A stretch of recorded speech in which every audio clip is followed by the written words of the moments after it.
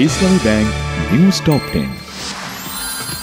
রাজধানীর সোহরাওয়ার্দী উদ্যানে অনুষ্ঠিত হচ্ছে খতমে নবুয়ত মহাসম্মেলন। সম্মেলনে যোগ দিচ্ছেন সারা দেশ থেকে আসা মুসল্লিরা।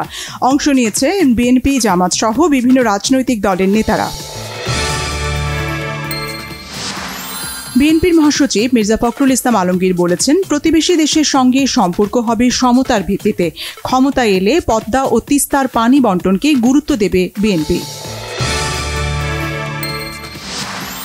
একই দিনে গণভোট ও জাতীয় নির্বাচনের ঘোষণা দিয়ে দেশকে সংকটে ফেলে দেওয়া হয়েছে অভিযোগ জামাত নেতাদের। বললেন, বিএনপিকে ক্ষমতায় আনতে সাজানো নির্বাচনের পাঁয়তারা চলছে। সরকারের কাছে জুলাই সনদ আদেশের ব্যাখ্যা দাবি জাতীয় নাগরিক পার্টি এনসিপির।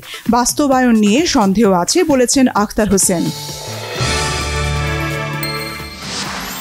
জাতীয় সমস্যাকে প্রাধান্য না দেওয়াতেই গুপ্ত বাহিনী বিদেশে বসেও দেশকে অস্থিতিশীল করার চেষ্টা করছে, অভিযোগ বিএনপি নেতা ইশরাক হোসেনের।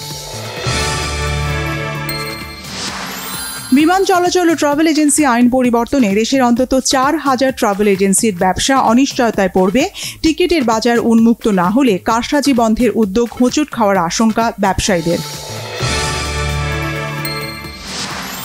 ভারত নিয়ন্ত্রিত জম্মু কাশ্মীরের শ্রীনগরের একটি থানায় ভয়াবহ বিস্ফোরণের ঘটনায় পুলিশ সদস্য সহ অন্তত 9 জন নিহত হয়েছেন। আহত হয়েছেন আরও 29 জন। ইন্দোনেশিয়ার মধ্য জাভায় ভয়াবহ ভূমিধসের ঘটনায় কমপক্ষে 2 জনের মৃত্যু হয়েছে। এই ঘটনায় এখনও 21 জন নিখোঁজ রয়েছেন বলে জানিয়েছে দেশটির জাতীয় দুর্যোগ সংস্থা। সন্ধ্যায় ঢাকায় আসছে ভারতীয় ফুটবল দল। এশিয়ান কাপ ফুটবলে বাছাই পর্বে 18 নভেম্বর বাংলাদেশের মুখোমুখি হবে ভারত। প্রীতি ম্যাচ নেপালের সঙ্গে ড্র করলেও ভারতের বিপক্ষে খেলতে মুখিয়ে হামজারা।